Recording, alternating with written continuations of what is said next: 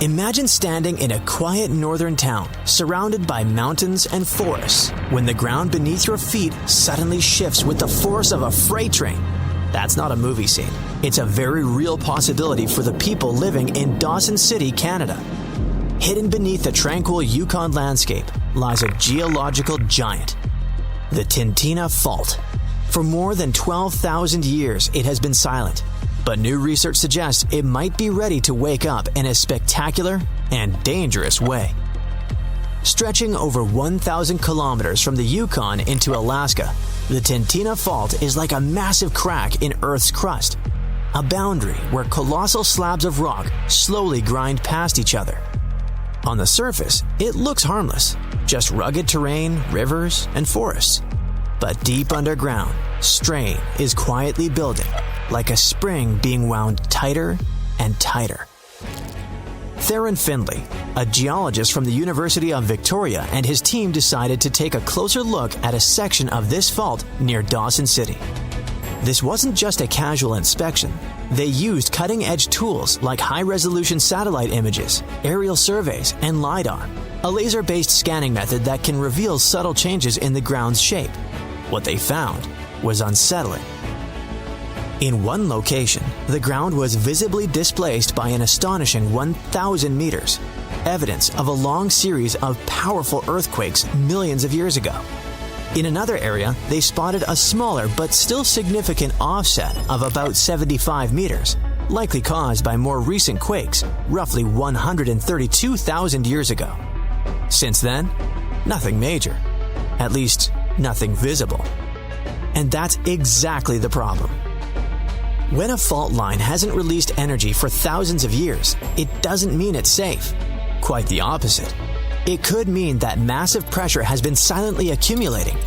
Based on their calculations, the Tintina Fault has been moving at a slow creep of up to 0.8 millimeters per year. Over 12,000 years, that adds up to a staggering 6 meters of potential movement waiting to be unleashed. If that strain were to suddenly break free, the resulting earthquake could be bigger than magnitude 7.5. For context, that's in the same league as some of the most destructive quakes in history, like the 1976 Tangshan earthquake in China, or the 2010 Haiti disaster. While the Yukon isn't densely populated, the impact could still be devastating, damaging highways, collapsed buildings, landslides cutting off communities, and potentially loss of life. The scientists can't say when it will happen. Earthquakes don't work on a schedule, and predicting the exact moment of rupture is one of geology's greatest challenges. What they do know is that the Tintina Fault is in what's called a late stage of its seismic cycle, a point where the risk of a major quake is higher. For the people of Dawson City and surrounding areas, this means living with a quiet but ever-present threat. Emergency planners might advise residents to have evacuation routes, survival kits, and backup communication plans. But in the end, this is a reminder of a simple truth. Earth is never truly still. Even in the most peaceful landscapes, immense forces are always at work, reshaping the planet in ways we can't always see, until the day they reveal themselves with a violent jolt. Yet, the story of the Tintina Fault is more than a warning. It's a glimpse into how Earth stores and releases its pent-up energy. Each millimeter of annual movement is like another twist of a key in a lock. At some point, the lock will turn, and when it does, the release will be sudden and powerful. LiDAR images reveal ancient scars across the land, subtle to the untrained eye, but obvious to scientists. These are the footprints of past disasters, frozen in the ground like a history book carved by nature. Findlay and his colleagues believe the region's seismic silence has lulled people into a false sense of security. A place can be both beautiful and dangerous, and the Yukon is a perfect example. Visitors come for the sweeping vistas and endless wilderness, rarely realizing that deep beneath their hiking trails and scenic roads, forces are shifting that could change the landscape overnight. This hidden drama plays out all over the world. Fault lines in California, Turkey, Japan, and beyond all share one trait. They eventually break. The question is never if, but when. The Tintina Fault just happens to be one of the quieter players, which in geological terms can be far more ominous than the noisy ones. And so, the clock ticks, silently, in the frozen north, counting down to a moment no one can see coming. On January 26, 1700, one of the biggest earthquakes in history hit off the coast of the United States. It had a magnitude of 9, which puts it in the top 10 most powerful earthquakes ever recorded. This earthquake triggered a huge tsunami and changed the coastline all the way from southern British Columbia down to northern California forever. Back then, the area wasn't very populated, but thanks to some clever research, scientists figured out exactly what happened that day by looking at old geological records, tree rings, and even some history from Japan. On the same day as the earthquake, a massive tsunami also hit Japan's eastern coast. For a long time, no one connected the two, but in the 1980s and 90s, researchers realized the tsunami in Japan had been caused by the earthquake in the Pacific Northwest. They were also able to pinpoint the exact day, January 26, 1700. They even found old trees in coastal Washington that had all perished around the winter of 1700, which matched up perfectly with the timing of the earthquake. The earthquake came from the Cascadia subduction zone, a fault where the Juan de Fuca plate slides under the North American plate. This fault stretches about 700 miles, from northern Vancouver Island in British Columbia to Cape Mendocino in California. The pressure from the moving plates builds up over time, and eventually, another big, devastating earthquake will hit the same region. It's just a matter of time. By looking at the geological records, past tsunami deposits, and signs of land level changes, scientists can figure out how often these huge earthquakes happen. Emergency planners have been preparing for the next big quake, often calling it the big one. Scientists believe earthquakes in the Cascadia subduction zone happen every 200 to 1,000 years. And since the last major one was over 300 years ago, the Pacific Northwest is definitely due for another. When it happens, the earthquake is expected to be as big as the one from 1700. But this time, it'll affect around 15 million people. The devastation will be severe. Buildings will collapse, roads and runways will crack, and bridges will fall. Communication in and out of the area will be cut off.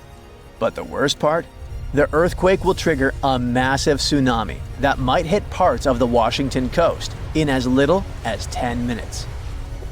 It's not a matter of if, but when the Cascadia subduction zone will break.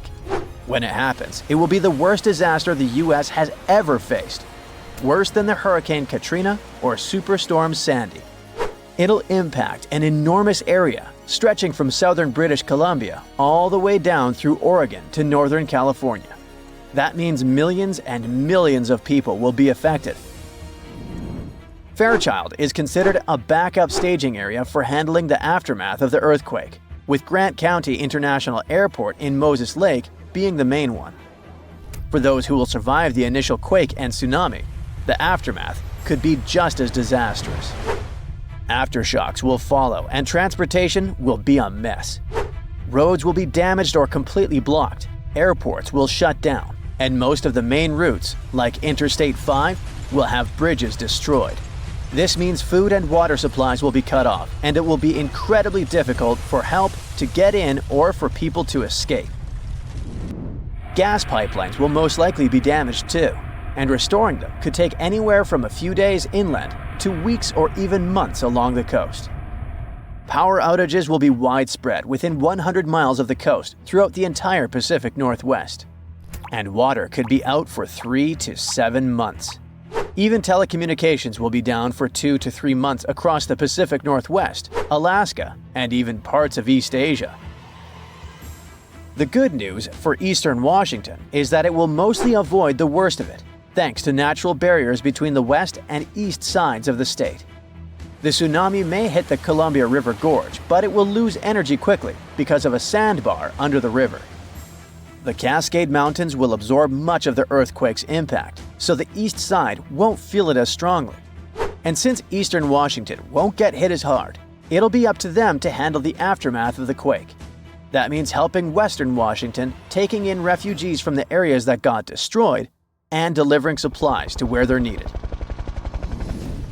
Scientists have looked at other major 8.0 to 9.0 magnitude earthquakes like the ones in Chile in 1960, Alaska in 1964, and Sumatra in 2004, and Japan in 2011. These kinds of quakes can shake the ground for anywhere between 6 to 10 minutes, and that's a long time for the ground to be shaking. Such quakes are super intense because they happen close to Earth's surface, so it's not just a quick shake. It's a long, strong one that can cause a lot of damage.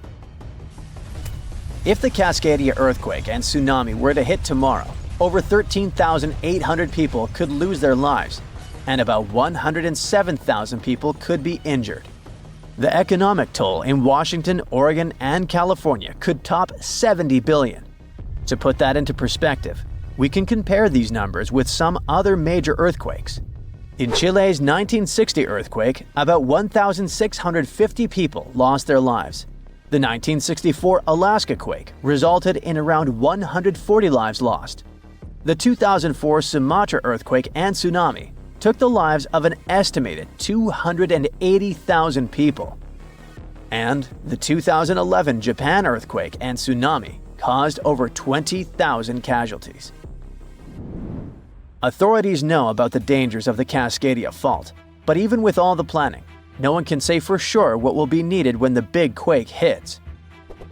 Right after the earthquake and tsunami, the areas outside the immediate disaster zone won't be able to help much because roads and airports will be destroyed, and resources will be limited.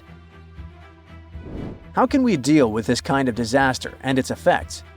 We don't have all the answers yet. Right now, let's focus on the Cascadia subduction zone. It's a huge fault line that stretches about 620 miles from Vancouver Island to Cape Mendocino in California, sitting about 93 miles off the coast. It's like one tectonic plate is slowly sliding under another.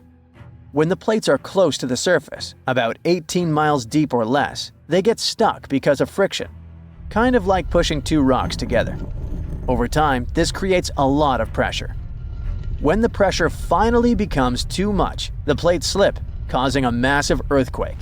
This is called a megathrust earthquake, and it can be huge. Below the area where the plates are stuck, there's a zone where the plates move really slowly. We're talking about just a few inches every few months. This slow movement helps to release some of the pressure, but it also builds up more pressure on the parts of the fault that are still stuck. This means that over time, it increases the chances of a huge earthquake happening. These massive quakes, called Great Subduction Zone earthquakes, can be stronger than magnitude 8.5. Megathrust earthquakes are the biggest earthquakes that happen. They can go over a magnitude of 9.0, which is insanely powerful. Just to put it in perspective, a magnitude 9.0 earthquake releases 1,000 times more energy than a 7.0 and 1,000,000 times more energy than a 5.0. These earthquakes happen when a lot of pressure builds up in a part of the fault that's locked, which means the plate can't move past each other. When that pressure gets too high, the fault finally ruptures, releasing all that built-up energy in one massive shake. The Cascadia subduction zone is super long. That's why if it were to rupture all at once, it could produce a large earthquake. Scientists have studied this region and found that about 18 miles below the surface, the fault is completely locked. The plates there aren't sliding past each other. But deeper down, the plates start to slide more smoothly, causing less friction. This is important because it tells us how much stress is building up in that locked zone, and how it could eventually lead to a major earthquake. Before an earthquake shakes the ground, something sneaky might happen first. A slow, quiet movement with no shaking at all. No one is aware that right under their feet, the land is preparing to tremble violently, wreaking havoc, bringing destruction and devastation. A new study shows that such a slow creep might be how earthquakes begin. To figure this out, scientists didn't start with giant pieces of the Earth. Instead, they went into a lab and used clear plastic sheets called plexiglass. They pushed two sheets of plexiglass sideways against each other, just like how tectonic plates, huge chunks of Earth's crust, push against each other underground. As they pushed, the plastic cracked, kind of like what the Earth does during an earthquake. And even though it was plastic and not rock, the physics, the way things break and move, was the same. Earthquakes happen when two tectonic plates try to slide past each other, but they get stuck. The edges between them don't move easily because of something called friction. It's kind of like when your shoes grip the ground. Over time, the plates keep trying to move and stress builds up. Think of it like bending a stick. At first, it doesn't break, but if you keep pushing, it will eventually snap. The spot where the plates are stuck is called a fault, and there's a thin brittle part in that fault. By brittle, I mean that it doesn't bend, it just breaks. Here's how it happens. First, a tiny crack forms. It's small and moves slowly. There's no shaking yet, but something is already happening under the surface. The crack spreads, building up more energy. When it finally reaches the edge of the brittle zone, boom! It speeds up, suddenly racing forward really fast, almost as fast as sound, and that's when the Earth starts to shake.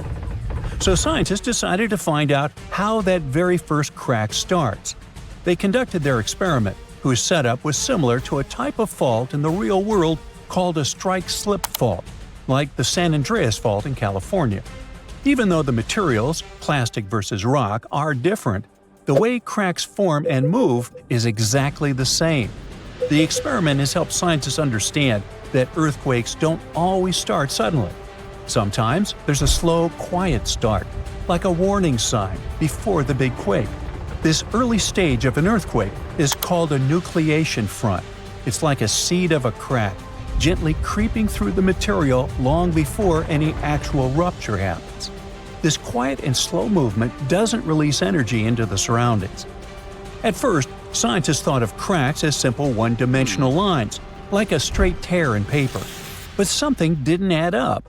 The slow-moving nucleation front wasn't behaving like a normal fast-moving crack, and it wasn't clear why or how it suddenly sped up and became an earthquake. The answer came when scientists realized they had to think in two dimensions instead of one. Instead of imagining the crack as just a fine line, they began to think of it as a patch, like a growing circle, that starts at the surface where two materials touch. As this patch spreads out, more material along its edge has to break.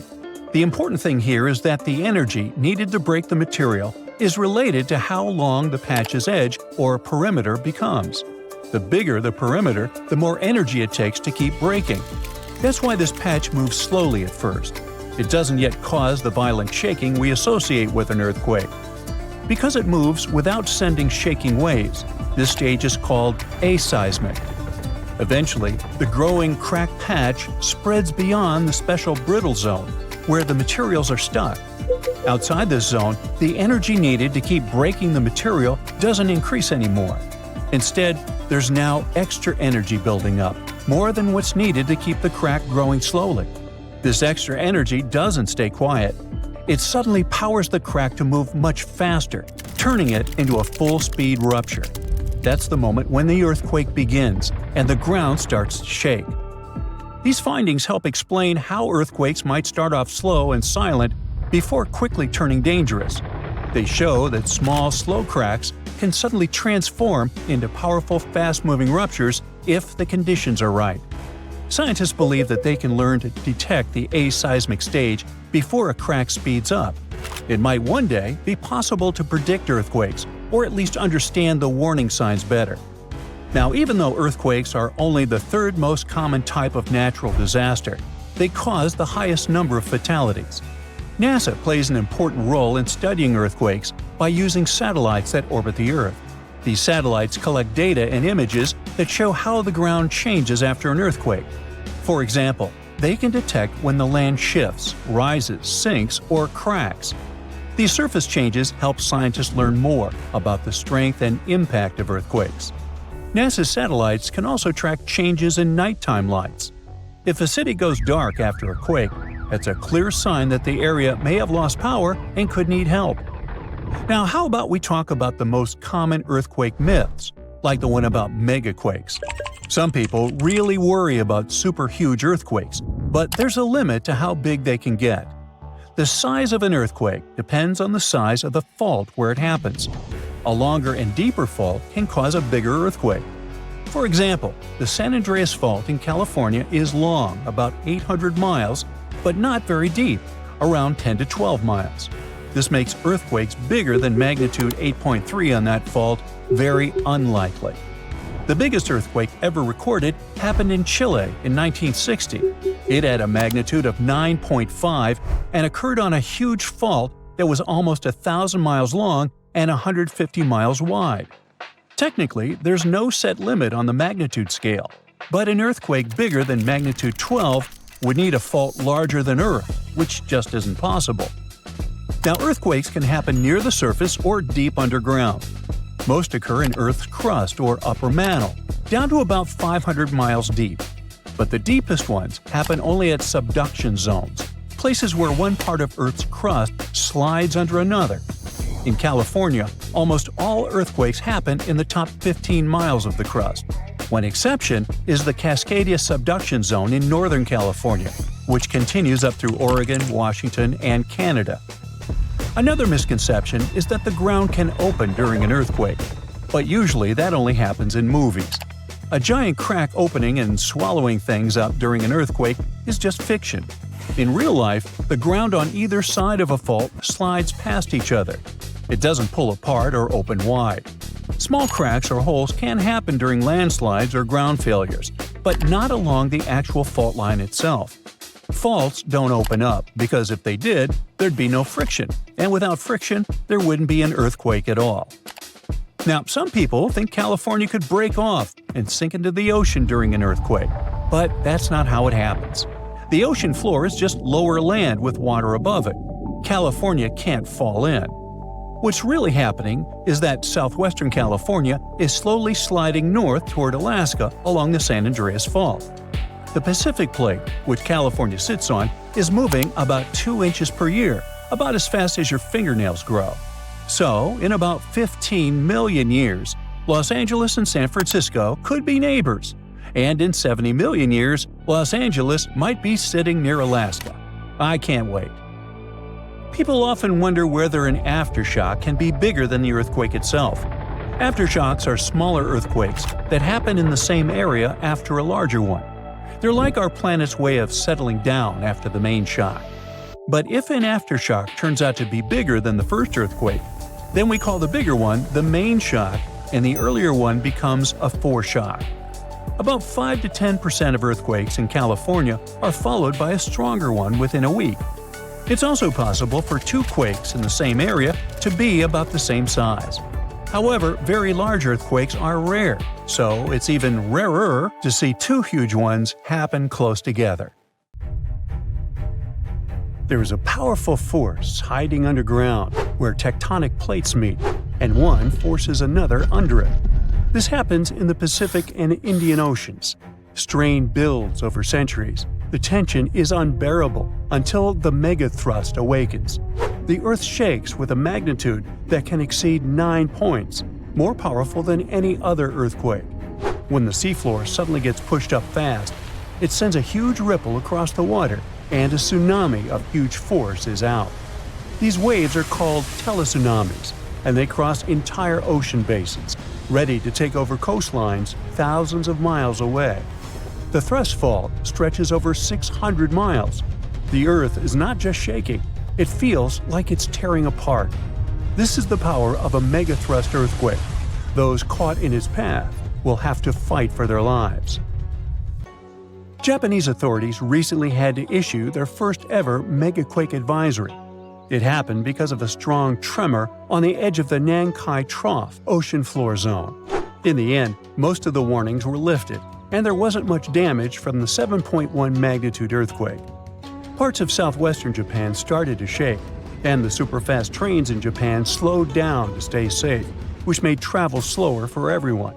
But everyone is staying alert as they know about the risk of a megathrust earthquake that could happen within the next few decades in the Nankai trough. The tectonic plate under the Philippine Sea is slowly sliding underneath the land where Japan is, moving just a few inches every year. The last big earthquakes from this area happened in 1944 and 1946, both with a magnitude of 8.1. These quakes have caused a lot of destruction in the country. The next megathrust earthquake in the region, if it does happen, could be between a magnitude 8 and 9.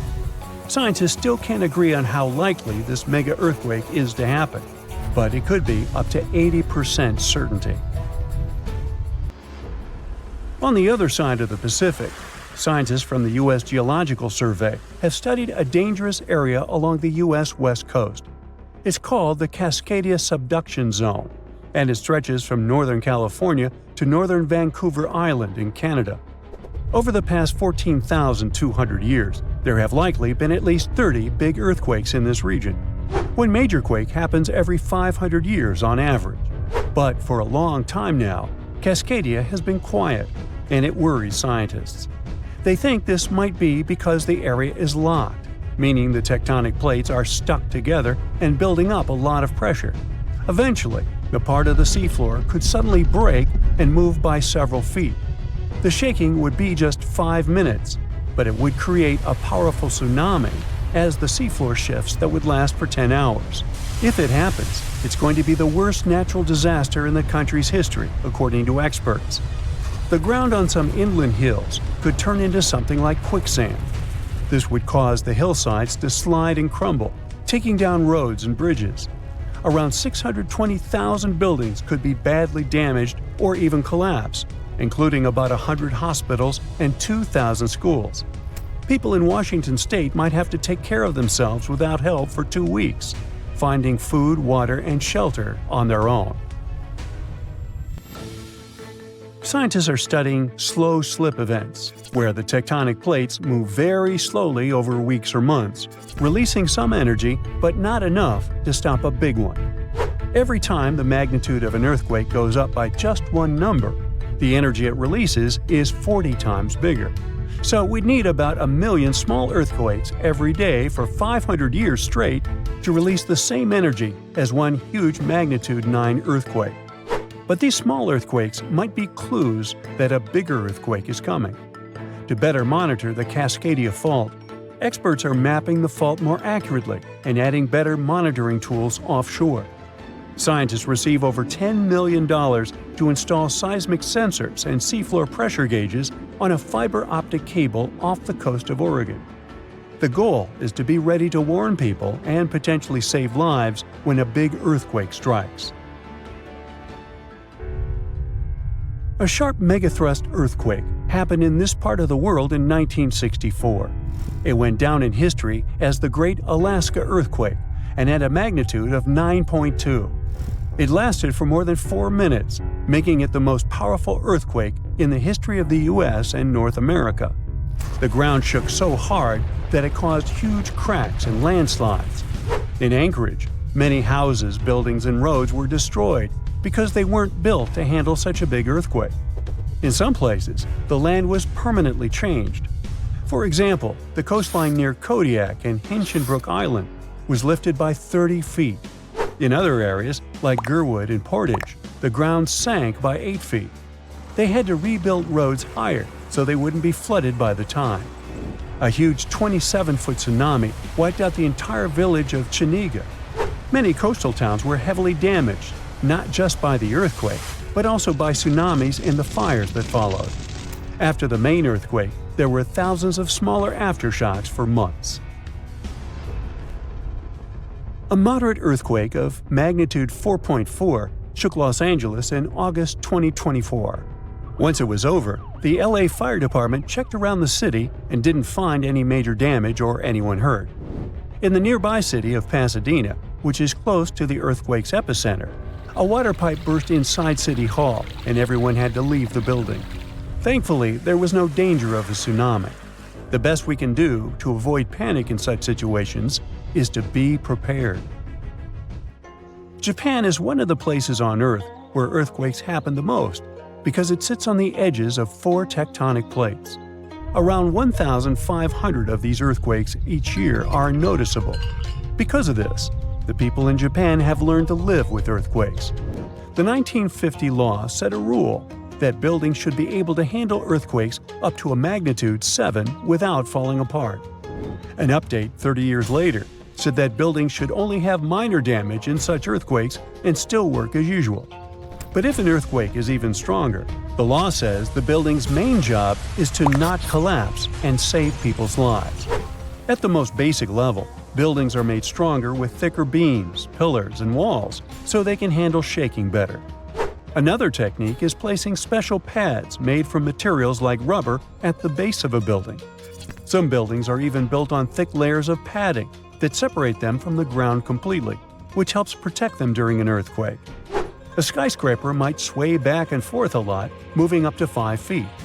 To stop it from getting damaged, engineers can add something called dampers every second floor all the way to the top. These dampers are like giant bicycle pumps, but instead of air, they're filled with liquid. When the building shakes, the dampers push against the liquid inside them. Even though the liquid doesn't squish very much, it can still absorb some of the shaking. When they're building tall skyscrapers, engineers try to make the structure as simple and balanced as possible. This means having each floor the same height and placing the support columns evenly. But sometimes, architects who design skyscrapers don't want to make these compromises because they have creative ideas for how the building should look. Then they have to find compromise solutions. For example, Tokyo's Skytree Tower, one of the tallest buildings in the world, is designed in a futuristic style but also includes special features to protect it from earthquakes. It has a central pillar, like in traditional Japanese pagodas, and seismic dampers that help absorb the energy from an earthquake, keeping the building safe. So, since 2000, the world has been hit with more than 1,700 earthquakes with magnitude greater than 5. Many happened around the Ring of Fire, located around the Pacific Ocean. In North America, the biggest threat is the San Andreas fault line, which can create an earthquake of a magnitude higher than any other, earning it the spine-tingling nickname, the Big One. The potential destruction of California is a terrifying prospect that could have unimaginable consequences. But the Big One is just the beginning of what's to come. Bad news! Scientists have predicted an earth-shattering event that will occur in 2030. Like it or not, there's a 70% chance that we'll experience the Big One, and it will be an earthquake with a magnitude of 6.7. The San Andreas fault line will cause the Big One, but what is scary is that we can't predict it. On the other hand, a massive earthquake occurs every 100 years. This means there's always time to prepare for a natural disaster. If we traveled back in time, we'd see a few significant earthquakes like the ones that wiped out San Francisco and Fort Tajon. Buildings made a long time ago are not quake-proof. They will collapse. Even if they survive, you should not enter them. But buildings are not the most dangerous part. You should watch out for electrical lines and gas pipes. Your hill house might be lovely, but it is extremely unsafe. During quakes, the hill can turn into a massive landslide that will destroy everything in its path. Say goodbye to road trips because all the roads will be ruined. You should have some spare water and food since you won't be able to go to the supermarket. This disaster won't be cheap. It will cost the U.S. around $200 billion to recover from the quake. At least the earthquake will not trigger tsunamis, but there's something that can cause more damage than the big one. The notorious Cascadia subduction zones start in California and ends up all the way in Vancouver, Canada. The San Andreas fault line is nothing compared to this zone. It can wipe the whole coast off the face of the Earth, an example of hyperbole. Subduction zones are tectonic plates forced to be one under the other and constantly pulling apart. One is called the North American Plate and the other is the Juan de Fuca Plate. Zones like these are not to be messed with, since they are terrifying hotspots for earthquake activity and extremely dangerous because they cause massive underwater quakes. But they are underwater, so what can they do to us? Well, they can cause giant tsunamis, flooding cities, and destroying the coastline. Right now, the most active zone is the Ring of Fire. The Cascadia zone might be less active, but it is like a sleeping beast that can wake up and destroy everything in its path, causing a groundbreaking earthquake. The last time all this stress was released was in the year 1700. Unlike the San Andreas quake, this one will cause massive tsunamis and much bigger shocks. Let's hope you'll be camping in an open field at that time, because most buildings and bridges will likely be destroyed. Also, be ready for the aftershocks, as they'll be devastating. Nature won't be spared either. Landslides will change animals' habitats. Even our homes will be changed forever. Luckily, there is a light at the end of the tunnel, and scientists are doing everything they can to ensure our safety. New rules are implemented. Every new building must be able to withstand massive shocks. They're developing modern warning systems, and every new infrastructure must follow strict quake-proof guidelines. The Juan de Fuca and the North American plates are locked together, but they won't stay like that forever. When they unlock, get ready for a massive shake. The closer you are to the epicenter, the more damage you'll experience. But even if you are lucky to be far away, you may still feel the ground shaking for some time. Now, if we compare the Cascadia subduction zone and the San Andreas fault, we'll see how much more dangerous the Cascadia zone is. In 1994, there was an enormous 6.7 magnitude earthquake in the Northridge area, close to the San Andreas fault. Sadly, many people didn't make it, and some were injured. Back then, buildings were not strong and earthquake-proof, and many of them were damaged. The Cascadia subduction zone can potentially cause a magnitude 9 earthquake. A magnitude 6 quake has the power of around 44 million pounds of dynamite, but a magnitude 9 has the power of 44 trillion pounds of dynamite. The strongest ever recorded quake was in Chile. Its magnitude measured 9.5, and it destroyed most everything. So let's say you've survived the quake, but the struggle is far from over. Soon after, a massive tsunami will strike, with waves that might reach up to 100 feet in some areas. That's so unlike the San Andreas earthquake, which can't produce any significant waves. So say goodbye to your beautiful garden, since salt water will destroy trees and plants, changing the environment for a period of time. The only positive thing will be you won't need Halloween decorations, because all those dried-out trees will resemble a ghost forest. The combination of waves, quakes, and the sheer size of the area will make this natural disaster much more dangerous than any caused by the San Andreas fault or the so-called Big One. A quake similar to this happened around 300 years ago. Many more have been recorded in the past 3,500 years, proving that they continually occur every 400 to 600 years. So, technically, we have around 100 to 300 years before the next big one hits. We still have no idea how exactly the Cascadia subduction zone works, because we discovered it in 1970.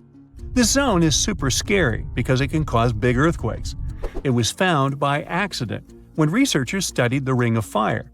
They wanted to know if this area had caused any trouble in the past years, and the proof was under their noses. In Washington, there is a horror forest where nothing has been growing for years. When researchers tested the soil, they found a tremendous amount of salt. They put 2 and 2 together and concluded that a massive tsunami had been the reason. Experts still didn't know when the forest was destroyed, but Japan kept records of a gigantic earthquake that had a similar effect. It was the one that happened in the year 1700. There is a 1 in 3 chance that the next one will occur in 2050. You must know how to survive the Canadian earthquakes and make it out unscathed, so listen carefully. Those who live in this area have almost no experience with earthquakes like this one. Surviving the quake is relatively easy, but the tsunami coming afterwards is the real danger. After the shake, find the highest ground and go there. Only bring the essentials, like food and water. Yeah, leave your baseball card collection at home.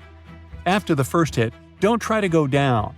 Seismologists say that most likely there will be a few more waves, and they have proven this. On the 22nd of May, 1960, seismologist Jerry Eston and his 4 friends went to Hawaii to see an expected tsunami that was to happen around midnight. They set up their gear on Wailuku Bridge with an escape route planned. This bridge had been destroyed in the previous tsunami. but the new one was much taller and better. After midnight, the water was 4 feet above the average level. The second wave hit a half hour after midnight, and the water rose another 9 feet by 1 a.m. The water started going down and dropped by 7 feet, but the horror was far from over. Next, they saw a wave that was around 20 feet tall. This shows us that tsunamis are unpredictable, and we should listen to experts to stay safe. The floor starts quaking like it's alive. Books, mugs, and lamps leap off shelves. Your feet slide, your body sways, and you can barely stay upright. It stops for a second, but then it shakes again and again. More than 1,000 times just in one day. This is not how you imagined your trip to Santorini, but it's the new reality. The Santorini seismic swarm started in January 2025. In less than 1 month, there were, get ready for it, more than 20,000 reported earthquakes. For comparison, most cities on Earth go through one small, barely noticeable quake in a year.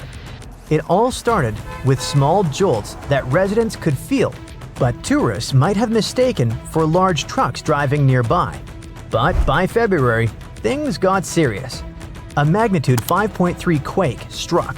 It's a moderate-strength earthquake, but it was strong enough to rattle homes, break windows and dishes, and terrify the island's population. The Greek authorities declared a state of emergency for Santorini and Amorgos. Thousands of people had to leave their homes.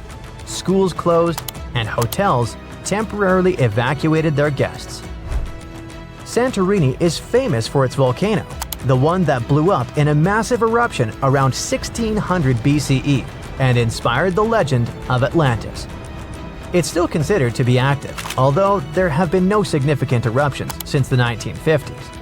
So it would be logical to blame this monster for all the drama.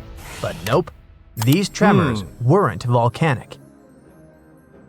Experts said what was happening near Santorini looked like a seismic swarm. It's a series of smaller quakes all happening in the same area.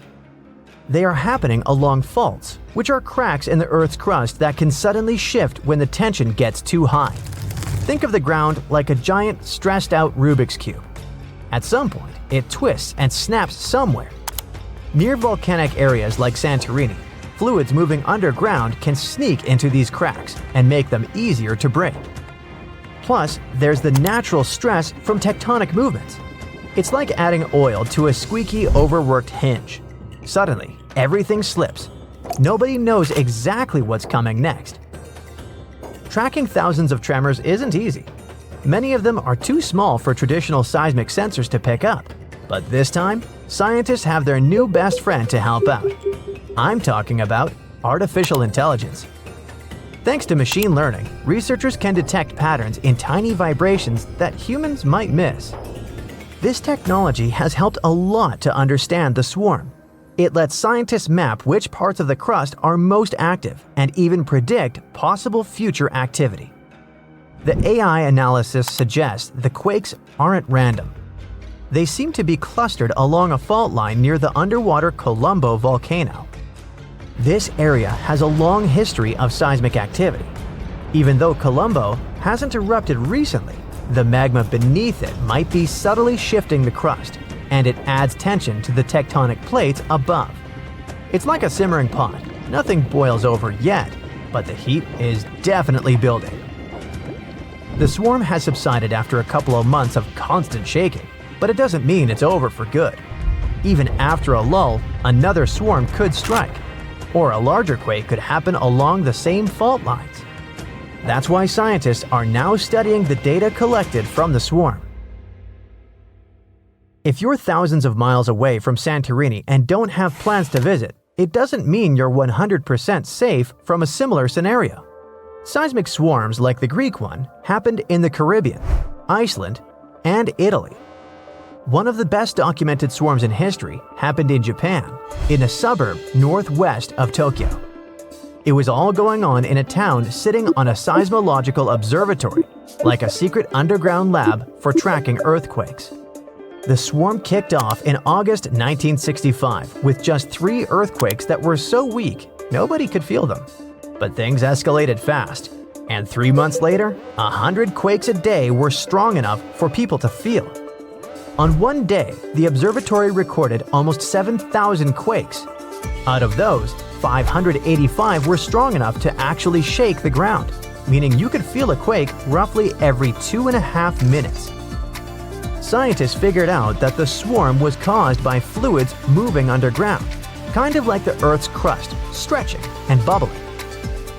Studying seismic swarms helps scientists predict earthquakes better, understand how Earth's crust moves, and even prepare for future natural disasters globally. For instance, if they can link the patterns of tremors to magma movement or tectonic shifts, they can apply similar models to volcanoes and fault lines in Hawaii, Iceland, or the Pacific Northwest. Santorini is like a living lab where they combine modern tech with traditional knowledge. AI, seismographs, and satellite imaging add to centuries of human observation. The locals who have lived through quakes for generations contribute insights about small tremors, changes in groundwater, and unusual animal behavior. All this helps scientists refine their models. Santorini's swarm has surely grabbed the attention of the whole world, but it's not the only place on Earth with some intense seismic activity. But what makes Santorini unique is its combination of historical volcanoes, underwater fault lines, and the fact that it's a real tourist magnet. The island is not so large, and the effects of even moderate tremors feel stronger and more dramatic than in other regions. In other places, though, even more serious earthquakes, tsunamis, and volcanic activity are regular news, and the people have learned to live with them. Japan is one of the regions on Earth where earthquakes happen the most because it sits on the edges of 4 tectonic plates. There are around 1,500 of these earthquakes each year that are noticeable. Because of this, the people in Japan have learned to live with earthquakes. There's even a law that sets a rule that buildings in the country should be able to handle earthquakes up to a magnitude of 7 without falling apart. An update 30 years later said that buildings should only have minor damage in such earthquakes and still work as usual. But if an earthquake is even stronger, the law says the building's main job is not to collapse, but to save people's lives. At the most basic level, buildings are made stronger with thicker beams, pillars, and walls so they can handle shaking better. They even construct some buildings on thick layers of padding that separate them from the ground completely, which helps protect them during an earthquake. A skyscraper might sway back and forth a lot and move up to 5 feet, but it won't collapse. On the other side of the Pacific, scientists from the U.S. Geological Survey have studied a dangerous area along the U.S. West Coast. It's called the Cascadia Subduction Zone. Over the past 14,200 years, there have likely been at least 30 big earthquakes in this region. One major quake happened every 500 years on average, but for a long time now, Cascadia has been quiet, and the scientists are getting worried. They think this might be because the area is locked, so the tectonic plates are stuck together and building up a lot of pressure. At some point, a part of the seafloor could suddenly break and move forward by several feet. The shaking would be just 5 minutes, but it would create a powerful tsunami as the seafloor shifts that would last for 10 hours. If it happens, it's going to be the worst natural disaster in the country's history, according to experts. This could make the hillside slide and crumble and take down roads and bridges. Around 620,000 buildings could be badly damaged or even collapse. Scientists are hoping that thanks to advanced AI tech and local communities, they'll be able to better predict earthquakes like this and the one in Santorini. This could save thousands of lives. And for now, we must not forget that the Earth doesn't take vacations when it comes to seismic activity, even in places where you go on vacation. Around 2,500 years ago, an earthquake completely changed the course of one of the largest and most famous rivers on the planet, the Ganges. Now, it's normal for rivers not to sit in one place, so if you live next to one, it could also just disappear without a trace or flood the whole city one day. In the case of the Ganges River, a supermassive earthquake became the reason for this dramatic change. Scientists say it might happen again, and it would be a huge problem for millions of people who depend on this river. The Ganges River starts as small streams in the Himalayas and travels a long way, over 1,500 miles. Along its journey, it meets other big rivers before all the water flows into the Bay of Bengal. The Ganges has the largest delta in the world among all rivers. Just like many other rivers in the region, it slowly changes its path over time. These changes, if they happen when a river wears away its banks, usually takes a long time, sometimes decades. Scientists have discovered that the Ganges-Brahmaputra river system has shifted several times over the last 6,000 years. When they looked at satellite images of the Ganges Delta, they noticed something interesting. There was a crescent-shaped dip in the ground about 28 miles away from where the river is flowing now. This depression was over 1 mile wide and stretched for many miles. They thought it might have been an old main channel of the Ganges River a long time ago. In 2018, the team decided to visit the area to check it out for themselves and take samples to learn more about it. While driving back home, they noticed a pit where someone was digging dirt to create a pond. The next day, they planned to fill it with water, but the researchers spotted something strange in the dirt. There were vertical bands of light-colored sand mixed into the darker mud. These special layers are clues from the past.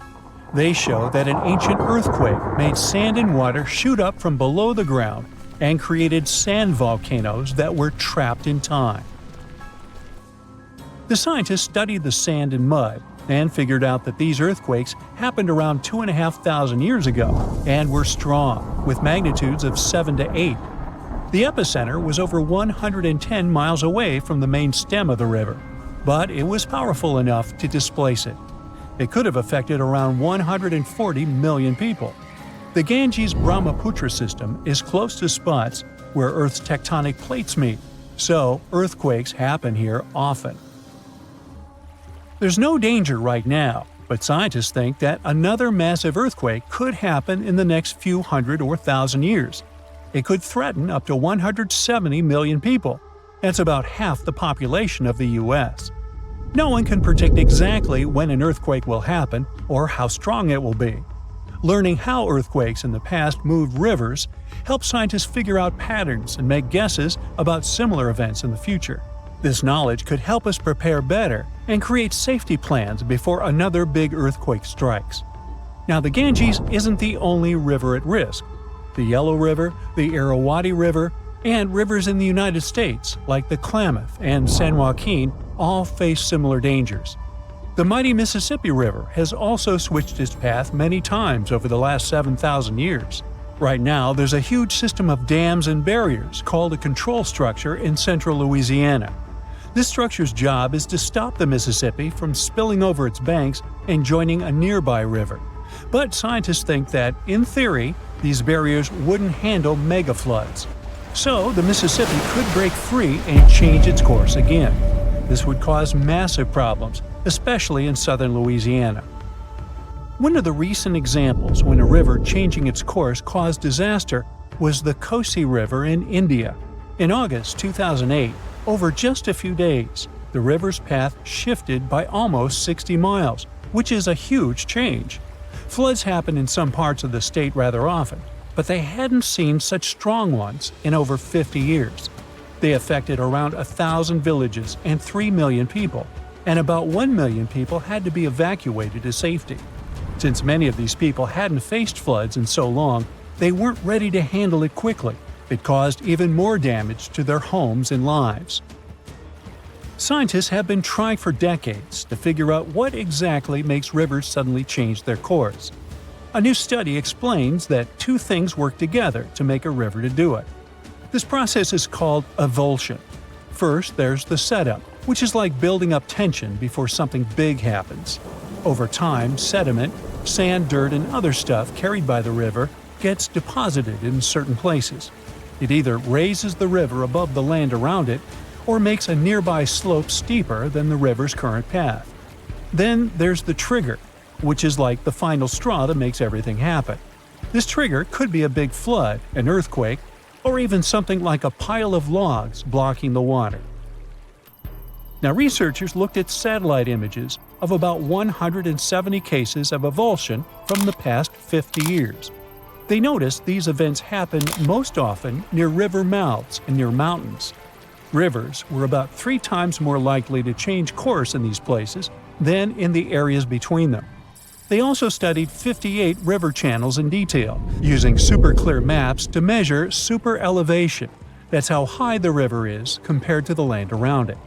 They also measured slope advantage. That's how steep a new path might be compared to the river's current one.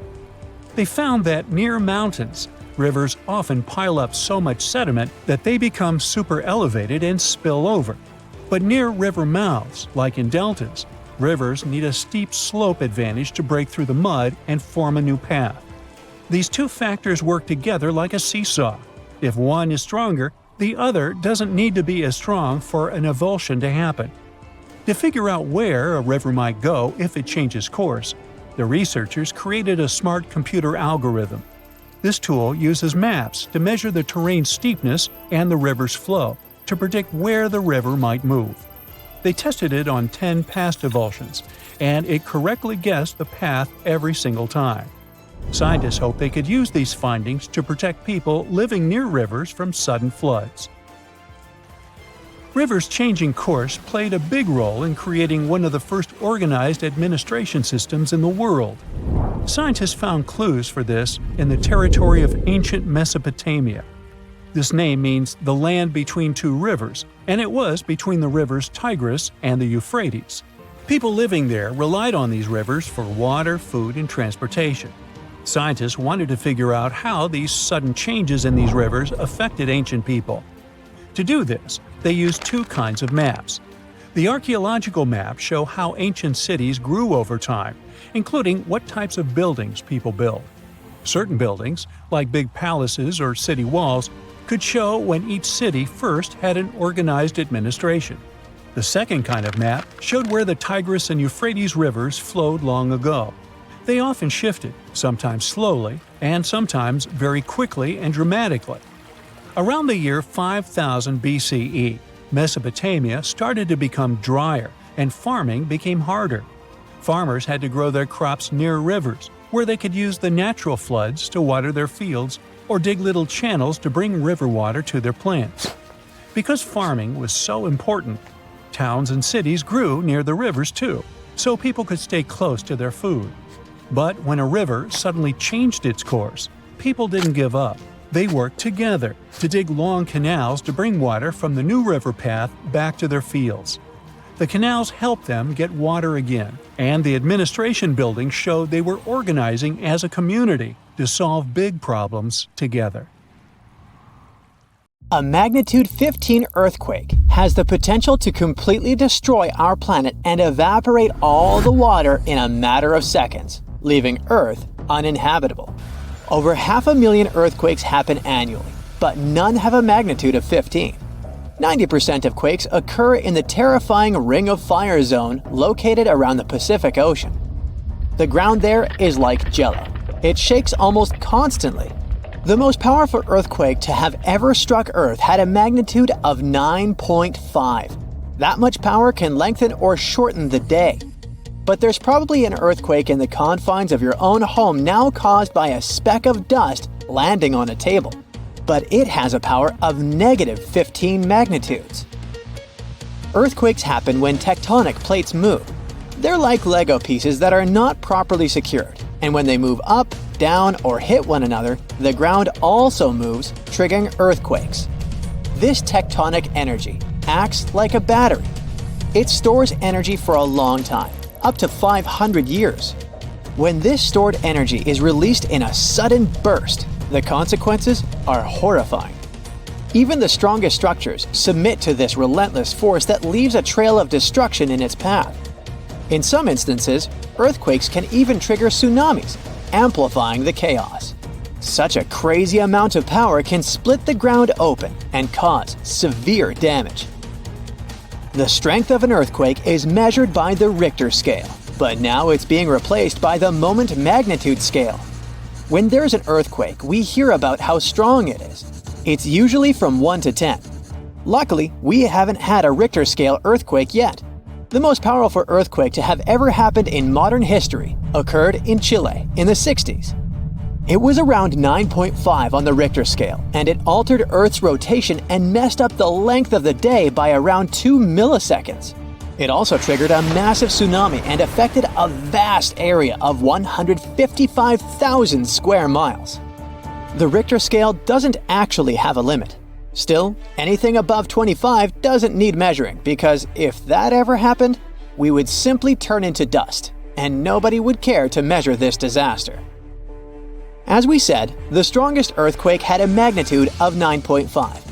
If this magnitude had been just 0.5 stronger, it would have created a ruptured line 2,174 miles long. That is almost 7 times the size of Wyoming. A magnitude 11 earthquake would create a crack halfway around the world. Massive tsunamis would hit coastal areas, destroying everything, and Earth would get into a massive environmental crisis. If you love hiking, you would have new mountains to explore, created by the terrifying earthquake. Even the temperature would increase because of volcanic eruptions and the resulting greenhouse gases. It would turn our planet into a hot oven. The safest places would be far away from any buildings, seas, oceans, and mountains where there would be a low chance of a landslide. Countries unprepared for earthquakes would be totally destroyed, and cities would turn into piles of rubble and dust. Going up on the Richter scale would only make things worse. But don't worry, an earthquake of that power is impossible. Earth's crust doesn't have enough energy to produce such earthquakes. But there is something that has much more power and can produce mega earthquakes. Asteroids are powerful enough to destroy our planet, as we all know from the dinosaur era. That asteroid was around 6 miles long, and it caused massive damage to the planet. It triggered earthquakes that shook the ground constantly for months. These terrifying quakes were about 50,000 times stronger than the Chile earthquake. They also triggered a tsunami that was 30,000 times more powerful than the Indian Ocean tsunami. And the latter was one of the most devastating tsunamis to have ever struck Earth. The earthquakes caused by the asteroid had a magnitude of 11, making it the most powerful and scariest natural disaster ever. And let's hope it stays that way. The Indian Ocean tsunami affected only certain areas of the world. Meanwhile, the asteroid tsunami affected every part of the world and had 33-foot-tall waves. Even if you had traveled to the most remote place on Earth, you wouldn't have been able to hide from this Grim Reaper. A 15-magnitude earthquake wouldn't be 15% stronger than the Chile earthquake. The scale doesn't work like that. It would be around 100 million times more powerful than a 9.5 magnitude quake. It could make all the water on Earth evaporate, leaving us devastated and without any H2O to survive. All ecosystems would collapse, all food chains would be broken, and only some super strong bacteria would probably survive the impossible. That is only a fraction of the frightening things that could happen. The ocean is like the AC for our planet. Without it, Earth would be super hot. The ocean also serves as a shield from the sun's powerful rays. It acts as a heat absorber and cools Earth. Scientists think that the most dangerous thing would be the inability of Earth's crust to survive the violent shakes of the 15-magnitude earthquake. If our planet miraculously survived and didn't turn into dust, there would be massive openings in its crust. The ground would become gelatinous. It would randomly move up, down, left, and right, and no building would survive that. Our civilization would be brought back to the Stonehenge era. Tectonic movements like this are devastating. A similar thing happened in Japan when tectonic plates moved 165 feet from each other and then snapped back together, creating a 9-magnitude earthquake. No place on Earth is immune to this bone-chilling natural phenomenon. Still, certain places have higher chances of being destroyed than others, like the Ring of Fire, where 90% of earthquakes happen. This is a place where earthquakes are almost everyday occurrences. The Ring of Fire is located in the Pacific Ocean. It forms a ring around the continents that surround the Pacific. There, several tectonic plates meet, creating highly unstable ground. To make the problem much more terrifying, 75% of active volcanoes are located in this area. 90% of dormant volcanoes are also there, making this place extremely dangerous. Scientists carefully study this region to find a way to predict when the next earthquake might strike. The Ring of Fire is not the only place at risk of earthquakes. In California, along the San Andreas fault line, two tectonic plates have been storing power for more than 200 years. The San Andreas fault is 715 miles long and has the potential for a massive earthquake. This region has its fear of violent earthquakes like the one that happened in San Francisco in 1906. It had a magnitude of 7.8 on the Richter scale. Scientists' predictions are terrifying. They say that the chance of a 6.7 magnitude earthquake is very high in the area. If all hell starts to break loose, you should know how to survive. Avoid anything that might fall on you, like windows, closets, or unstable ceilings. The official phrase from emergency experts is drop, cover, and hold on. Stay low to the ground. Hide under something stable like a table, and remain there until the shaking stops. Make sure to stay in your shelter for another minute or two, just in case there are aftershocks or loose debris. Use your nose and smell for gas. If you do smell it, don't turn the lights on or do anything that might ignite it. Stay strong and be safe. It's 9:59 a.m. when a man is jolted awake in his bed by a powerful, mysterious force. While he's trying to figure out what's going on, a giant 100-foot-tall column of water is already surging toward his hometown. In 20 minutes, most of his friends and family members will lose their lives when a sky-high wall of water sweeps away buildings, trees, and cars. And it can happen to you at any given time.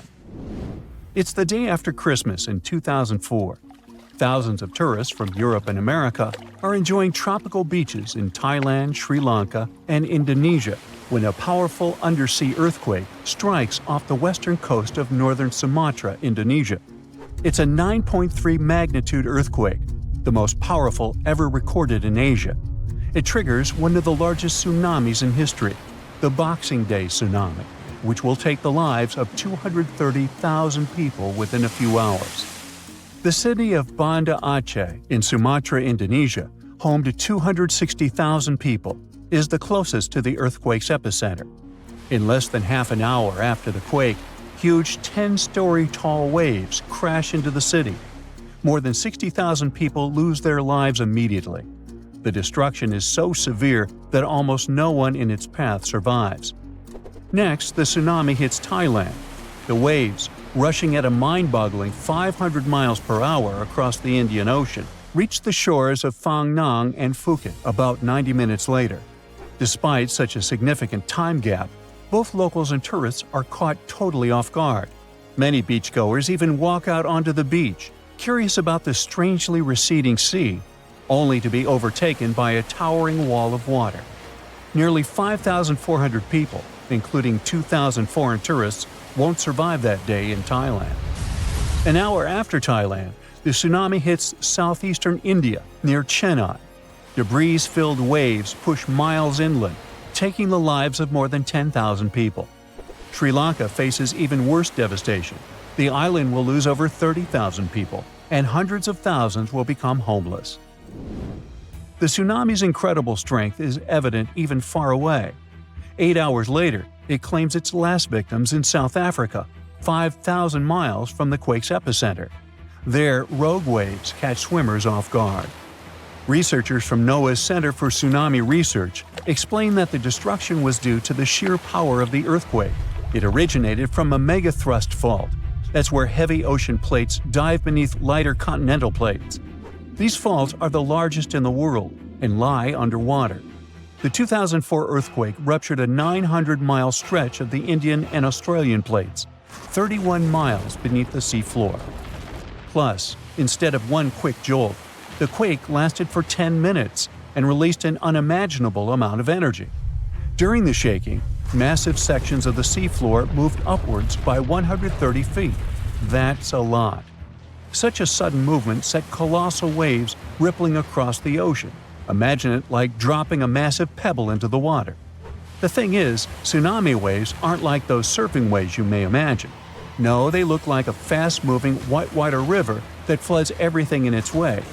If you get caught in those raging waters, it's almost impossible to survive. If the powerful currents don't pull you under, floating debris will. That's the reason why, during earthquakes, there are usually many injuries and fewer lives lost. With tsunamis, it's the opposite. There's way fewer injuries than fatalities because it's too hard to survive. Catastrophic tsunamis like the one in 2004 are rare. That's why India and Sri Lanka had no record of such disasters. This lack of experience, combined with the absence of warning systems, made the consequences of the disaster even more tragic. People didn't feel the earthquake because they were far from the epicenter. And with no natural warning signs, no official alerts, and no history of tsunamis, the waves that hit crowded coastlines had devastating effects. By the way, the Pacific Ocean, the largest ocean on Earth, is where most earthquakes and tsunamis occur. Locally damaging tsunamis strike somewhere in this ocean about once every 1 to 2 years. 76% of the recorded fatal tsunamis happened in the Pacific, and 99% of tsunami casualties are caused by local or regional tsunamis, which occur more often and hit quickly. But then a question arises: could a tsunami as devastating as the Boxing Day one happen again? Unfortunately, the answer isn't very straightforward. A warning system has indeed been established in the Indian Ocean. Its goal is to alert coastal nations of potential tsunamis. But human behavior is still a critical challenge. This became clear during a real-life test in 2012. That's when many residents of Banda Aceh, Indonesia, simply ignored evacuation towers after a tsunami warning. People never seem to learn, huh? The Indian Ocean Warning Network uses undersea pressure sensors placed near tectonic plate fault lines. These sensors detect any changes and transmit data to surface buoys, which then send it via satellite to control centers on land. Authorities analyze the information and decide whether to issue warnings and evacuate at-risk areas. Aceh, located on one of the world's most active fault lines, implemented additional safeguards. They installed sirens in coastal cities, and people get alerts on their cell phones. Plus, there are evacuation towers, reinforced concrete structures capable of holding 500 people. They are special safe zones. Authorities did test how well prepared people were. In 2009, 18 Indian Ocean countries participated in an evacuation drill, simulating a large earthquake. Thousands of coastal communities took part in this drill, and officials concluded that the exercise had been a success. Fast forward to the system's first real test in April 2012. An 8.6 magnitude undersea earthquake west of Aceh triggered tsunami warnings. And even though there were no significant waves, the whole situation revealed critical flaws. Many residents ignored evacuation towers, choosing instead to flee by car or motorbike. This led to citywide traffic jams, with people getting stranded in areas vulnerable to a potential tsunami. It was chaos. Some residents even went back to the beach to look for the signs of a tsunami, which is a life-threatening mistake. So apparently, there is still a lot of work to do when it comes to tsunami survival. But what you need to know by heart is the signs of an impending tsunami. First of all, it's severe ground shaking. Strong earthquakes near coastal areas can generate tsunamis. If you notice that water on the beach starts to recede at an alarming rate, exposing the ocean floor, reefs, and stranded fish, run. Then there might be unusual ocean sounds. Keep in mind that a loud roaring noise, resembling a train or jet engine, may accompany an approaching tsunami. If you notice any of these warning signs, do not wait for official evacuation orders. Leave low-lying coastal areas immediately and move to higher ground as fast as possible. If you're at home, make sure your family members know about the tsunami and follow official guidance. You should remember that locally generated tsunamis may strike within minutes.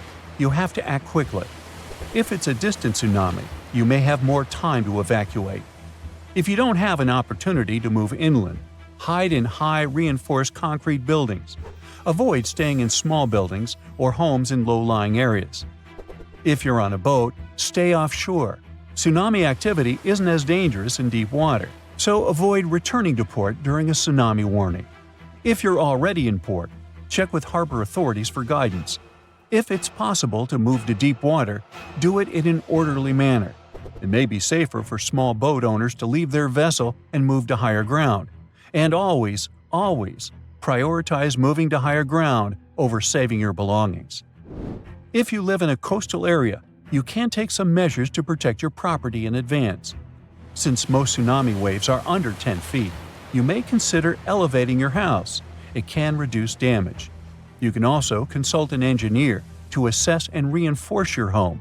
And finally, don't forget to protect outbuildings too, and create fences that will allow animals to reach higher ground.